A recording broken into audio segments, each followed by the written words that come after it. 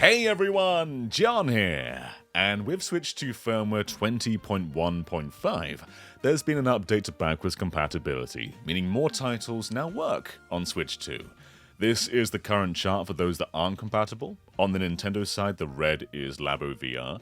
That's it. And on the third-party side, well, there's a lot of games. There's over 15,000 games. So that tiny bit of orange are the ones that have issues, and that tiny bit of red are the ones that just outright aren't compatible.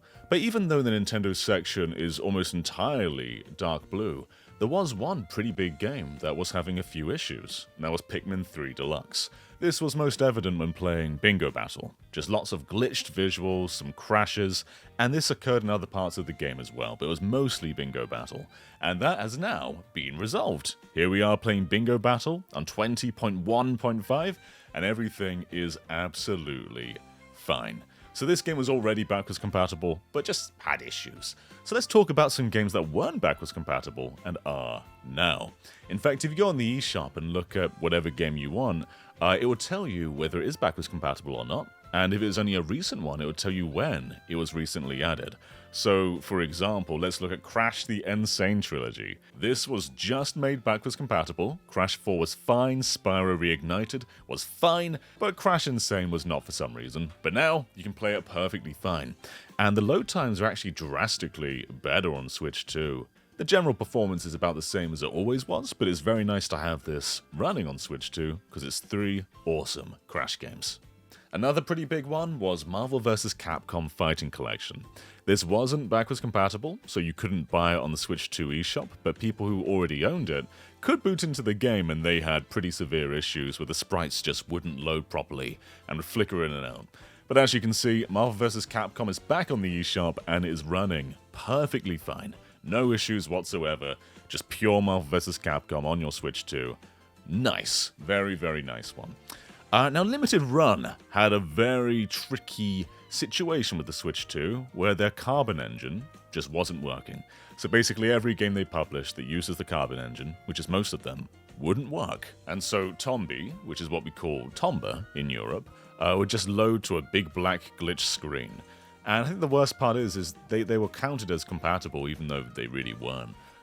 So things like Tombi, Clock Tower, the Jurassic Park collection, and all the other stuff that Limited Run have produced and published basically didn't work.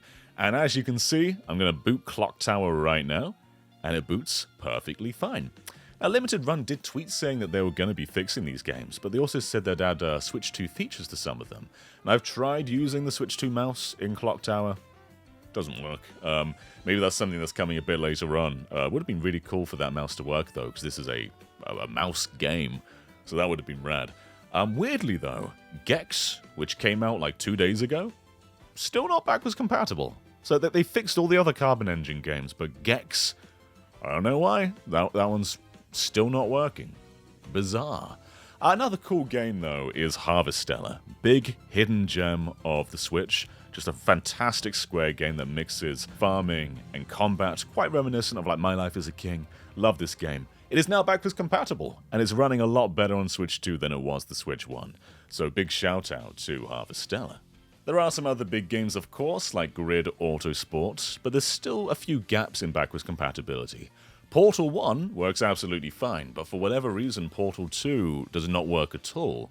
And you'd think that'd be a big priority game, because that's one of the coolest games on the console. And I'd love to see it running on Switch 2, but as of right now Portal 2 is not supported. But Switch 2's gotten in a really good place for backwards compatibility. We get native boosts to basically every game when it comes to load times, frame rates, some dynamic resolutions, not all. And the majority of the library works perfectly fine. And with this update, we've had a good chunk of big games that now work fine. They're supported. So there's still a few games out there, but they work pretty fast with these. Like the week before launch, they suddenly cleared like 5,000, 6,000 games for backwards compatibility. So I wouldn't be shocked if this whole campaign to make things backwards compatible is over in a few months. I wouldn't be shocked if basically everything worked by then. So very good progress for now. But let us know if there was a game that I missed that was a big one that you love that now works on the Switch 2. And we will catch you next time. Bye everyone.